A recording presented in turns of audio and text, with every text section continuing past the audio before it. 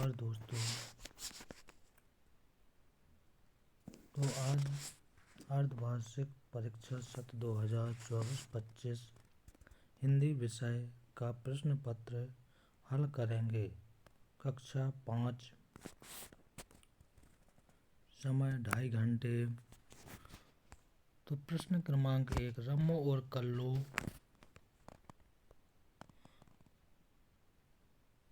के सही नाम बताइए। तो रम्मो और कल्लो का सही नाम क्या था? रमावती और कलावती। प्रश्न नंबर 2, सांच शब्द का मानक रूप क्या है? तो उत्तर हो जाए बी नंबर, सत्य। प्रश्न नंबर 3, अंग्रेज मुझे छू भी नहीं सकते, मैं आज़ाद हूँ और आज़ाद होकर ही मरूंगा, यह किसने कहा था? चंद्रशेखर आजाद। तो उत्तर डी नंबर। अब प्रश्न नंबर 4, तीव्र का विलोम शब्द क्या होता है? तीव्र का विलोम शब्द बच्चों मंद होता है। प्रश्न नंबर 5, चस्का अत्र अस्ति, इस वाक्य में चस्का का अर्थ है? तो उत्तर हो जाएगा डी नंबर, गिलास होता है चस्का माना। प्रश्न नंबर 6 से 10 तक रिक्त स्थान दिए गए हैं। तो प्रश्न नंबर 6, चंदन की माँ का क्या नाम था? तो इसका उत्तर पन्नाधाय होगा। प्रश्न नंबर 7, प्रशंसा शब्द का विलोम शब्द है, तो इसका क्या हो जाएगा? इसका निंदा। तो प्रशंसा का विलोम शब्द निंदा होता है। प्रश्न नंबर 8, रम्मो और कल्लो परीक्षा में उत्तीर्ण हो गई या क्या हो गई थी? पास हो गई थी। प्रश्न नंबर 9, चंद्रशेखर आजाद चने वाले की क्या लौटे आए थे? इकन्नी लौटा आए।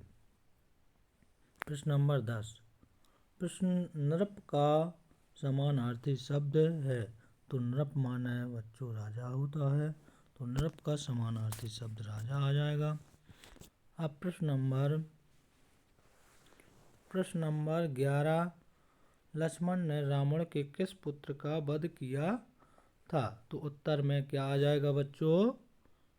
मेघनाथ या मेघनंद भी जिसे कहते हैं। प्रश्न नंबर 12, काला अक्षर भैंस बराबर कहावत का अर्थ क्या होता है? अनपढ़ होना या अक्षर ज्ञान न होना। प्रश्न नंबर 13, मेरा नया बचपन कविता में कवित्री को बार बार किसकी याद आ रही है? तो अपने बचपन की याद आ रही है। प्रश्न नंबर 14, पुष्प के 2 पर्यायवाची शब्द लिखिए।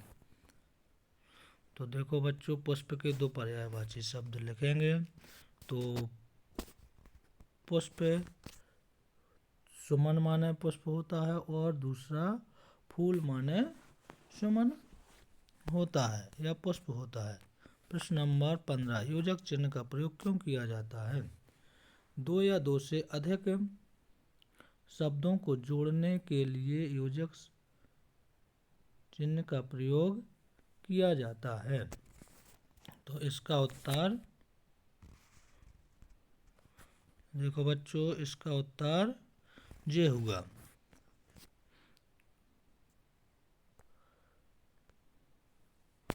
अब प्रश्न नंबर 16, सप्ताहे कति वासरा, सप्ताह में कितने दिन होते हैं? तो 16 का उत्तर हो जाए है सप्तवासरा।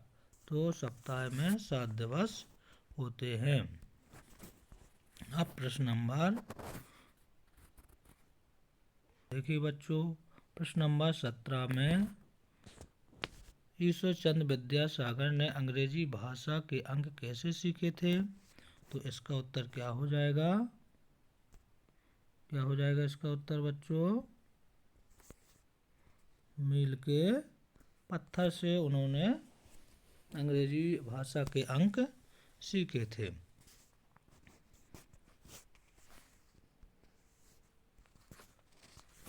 तो अब प्रश्न नंबर 18, श्री राम को मर्यादा पुरुषोत्तम क्यों कहते हैं? देखो, श्री राम को मर्यादा पुरुषोत्तम, प्रश्न नंबर 18 का ये नीचे प्रश्न दिया गया है। प्रश्न नंबर 18, श्री राम ने रावण से युद्ध करते समय धर्म एवं नीति की मर्यादा को नहीं लांघा, इसलिए उन्हें मर्यादा पुरुषोत्तम कहा जाता है। ठीक है बच्चों, तो अब प्रश्न नंबर 18 हो गया। अब 19, परि उपसर्ग लगाकर 3 शब्द बनाइए। तो बच्चों पहला शब्द है परिहार में परि उपसर्ग लग गया तो परिहार, ताप में परि उपसर्ग लगा दिया परताप, और परिहास में परि शब्द लगा दिया तो क्या बन गया? परहार, परिहास शब्द बन गया। प्रश्न नंबर 20, आप अपने 4 दोस्तों के नाम लिखें जो आपके साथ खेलते, स्कूल जाते एवं आपका सबसे अच्छा दोस्त कौन है और क्यों? तो देखो बच्चों, आप अपने 4 दोस्तों के नाम लिख सकते हैं, जैसे मोहन, सोहन, रमेश, सोनू, जो कोई भी आपके मित्र हैं उन सब के नाम आप लिख सकते हो। और जो सबसे अच्छा दोस्त हो उसका नाम बताना है और वो क्यों है उसका कोई एक कारण लिखना है। नंबर 21, अपने जन्मदिन पर मित्र को आमंत्रण देने हेतु पत्र लिखिए। क्रमांक 21 का उत्तर है, सबसे पहले पत्र कैसे लिखा जाता है? पता, जिस स्थान से लिख रहे हो उस स्थान, दिनांक, फिर प्रिय मित्र रोहन, संप्रेम नमस्ते, तुम्हें यह जानकर प्रसन्नता होगी कि दिनांक 2 जनवरी 2025 को अपना जन्मदिन मना रहा हूँ। घर में इसके लिए अच्छी तैयारियाँ की गई हैं। इस अवसर पर डांस पार्टी का आयोजन किया गया है। मैं तुम्हें इस अवसर पर हार्दिक निमंत्रण भेज रहा हूँ। मुझे विश्वास है कि तुम मुझे निराश नहीं करोगे और समय पर पधार कर अपने स्नेह एवं मित्रता का परिचय देंगे। तुम्हारा मित्र चंदन। तो ये प्रश्न क्रमांक 21 का उत्तर हो गया। अब प्रश्न क्रमांक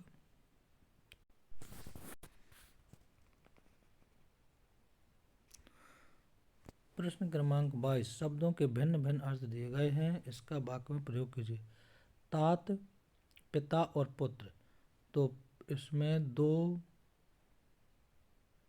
शब्दों के अर्थ देना है। एक नंबर पर श्री राम अपने तात की आज्ञा से बन गए, और इसी में दूसरा हो जाएगा धृतराष्ट्र के तात दुर्योधन के कारण महाभारत हुआ। नंबर 2, कर, कर का मतलब हाथ भी होता है और टैक्स भी, तो दोनों का अर्थ है नेताजी के कर कमलों द्वारा भवन का शिलान्यास हुआ। फिर इसी का दूसरा टैक्स के लिए हमें समय पर कर भरना चाहिए। इसी का तीसरा अंक संख्या और गोद, राहुल ने परीक्षा में अच्छे अंक प्राप्त किए। और इसी का दूसरा है रमेश की माँ ने बच्चे को अपने अंक में भर लिया, मतलब गोदी में उठा लिया। प्रश्न क्रमांक 23, आप प्रश्न क्रमांक 23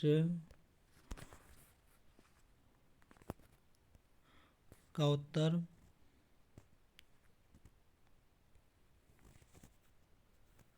देंगे। क्रांतिकारी रामप्रसाद बिस्मिल ने दशहरे के महत्व के बारे में क्या कहा? तो क्रांतिकारी वीर रामप्रसाद बिस्मिल ने कहा था कि विजयदशमी साहस और संकल्प का महापर्व है। तो ये प्रश्न क्रमांक 23 का उत्तर हो गया। अब प्रश्न क्रमांक 24। कोयल का को देत है, काग का सो लेत, तुलसी मीठे बचन ते जग अपनो कर लेत। तो इसका अर्थ देखो यहाँ नीचे लिखा है। प्रश्न क्रमांक 24। तुलसीदास जी कहते हैं कि कोयल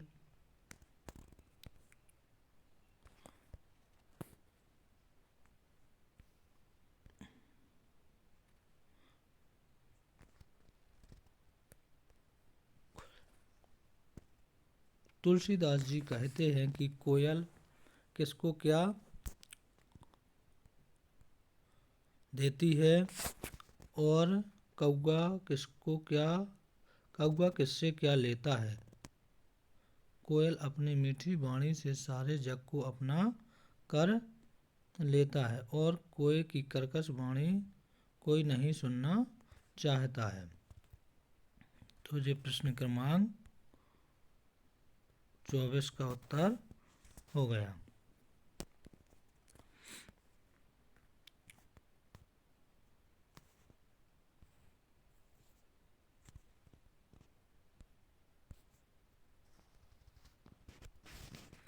अब प्रश्न क्रमांक 24 के बाद प्रश्न क्रमांक 25।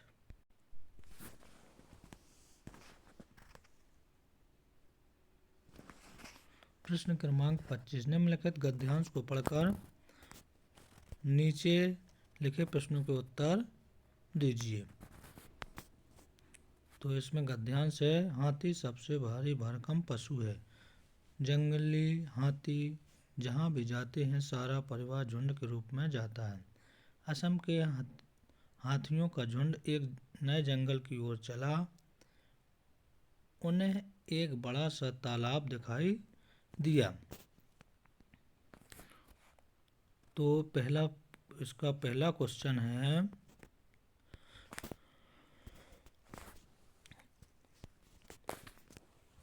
तो एक नंबर है, हाथी कैसा पशु है? तो हाथी सबसे भारी भरकम पशु है। नंबर 2, हाथियों का झुंड कहाँ चला? तो इसका उत्तर हो जाए नए जंगल की ओर। प्रश्न नंबर 3, हाथियों को क्या दिखाई दिया? एक बड़ा सा तालाब दिखाई दिया। हाथी कहाँ रहता है? तो जो सबको पता है, देखो जंगल में रहता है। प्रश्न क्रमांक 5, उपर्युक्त गद्यांश का शीर्षक क्या है? तो इसमें जंगली हाथी या जंगल में हाथी इसका शीर्षक हो जाएगा। ठीक है बच्चों। तो अब प्रश्न क्रमांक 26 देखते हैं।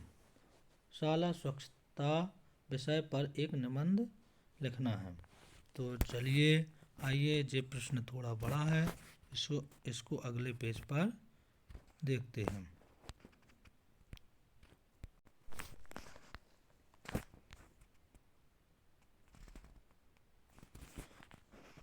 तो प्रश्न क्रमांक 26 शाला स्वच्छता पर निबंध है।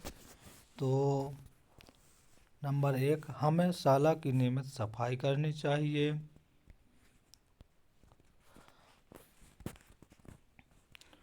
नंबर 2, स्वच्छता हमारे जीवन का एक महत्वपूर्ण हिस्सा है।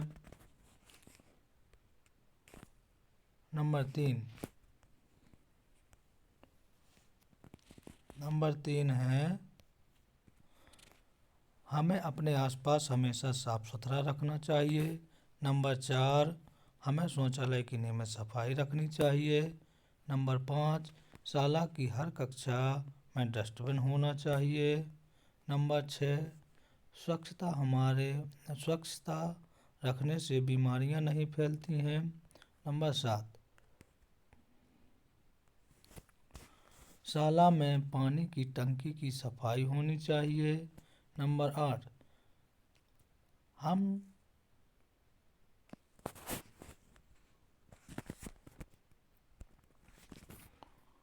नंबर 8 हम सबका है यही सपना, स्वच्छ हो भारत अपना। ये एक श्लोक दिया गया है। पॉइंट नंबर 9, सभी बच्चे साफ एवं स्वच्छ कपड़े पहने। 10, स्वच्छता एक अच्छी आदत है। तो बच्चों, ये पूरा पेपर कक्षा 5वीं का हल, हिंदी विषय का पूरा हल हो चुका है। तो साथियों, ऐसे ही शिक्षाप्रद वीडियो पाने के लिए हमारे चैनल को लाइक एवं सब्सक्राइब जरूर कर लें। धन्यवाद। जय हिंद, जय भारत। फिर मिलेंगे।